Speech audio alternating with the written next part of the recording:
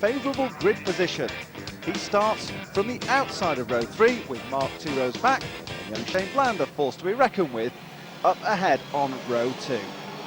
So here they come then, up to take their rolling start. Let's just have a look at the circuit. It's the 1.2 mile amphitheatre that is the Indy circuit here at Brands Hatch in Kent. Lap record 50.17 seconds, and here they come towards us. On the inside it's Andy Pike, to the outside of him is Warren Salter. Well, these two are going to see the light go green first. It's a cracking start from Shane Bland, the youngster in the turquoise 42 car coming towards us. They hammer towards Paddock Hill turn, down the hill. Oh, and Tony Paxman's got it sideways going through Paddock Hill. Oh, there's all sorts of contact and a rumpus there. Ian Fewings in the 3 car jacks up Tony Paxman's car. Well, there's all sorts of mayhem down at Paddock. We look back from Shane Bland's car. Andy Pike is there in second place. Behind him, a cracking start from Peter Folding. So too from his championship rival Mark Proctor. Steve Dance in there too.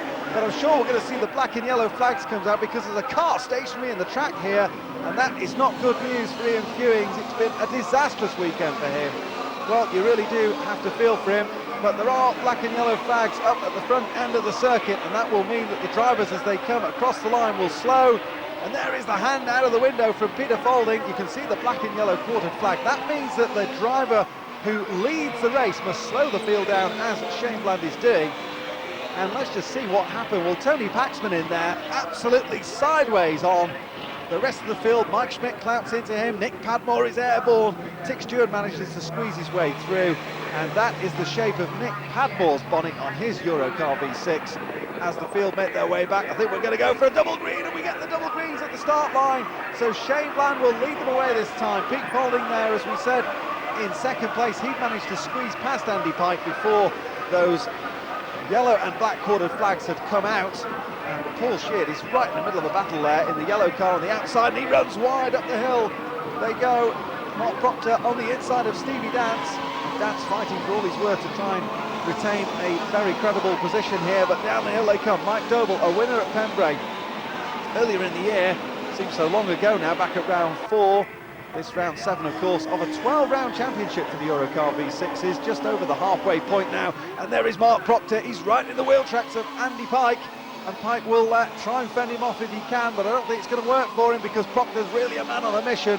He won the earlier race here today, and that was in very different conditions from these. Mark, a former rallycrosser, and he's to the inside of Pike. We've got huge billowing smoke from the back end of Mike Schmidt's car, so that's a real problem for Mike Schmidt. Not quite sure what the problem is there, but it could well be engine related with the amount of gear being chucked down. And there is Proctor on the inside of Pike. Oh, and Stevie Dance looks to follow through as well, and Mike Doble's now getting all out of shape.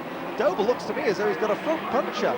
The front right tyre of Mike Doble's car does not look to be fully inflated. And meanwhile, well, there's all sorts of scrapping going on for 5th place between Andy Pike and Steve Dance. Steve Dance perhaps being held up a little bit there by Pike, but he's perfectly entitled to defend his position.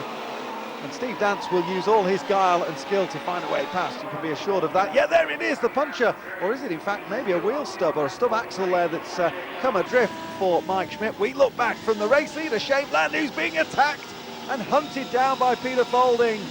Whoa, a big charge there for Pete Folding, and he gets the car sideways. That will drop him back. As you can see, he loses valuable time there straight away. And this is all playing into the hands of those following on behind. Amongst those following on behind, as we can see in the light blue car there, Andy Pike.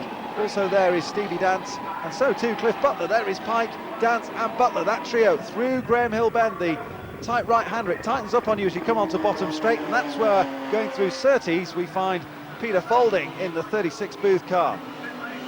Well, cracking drive from these two.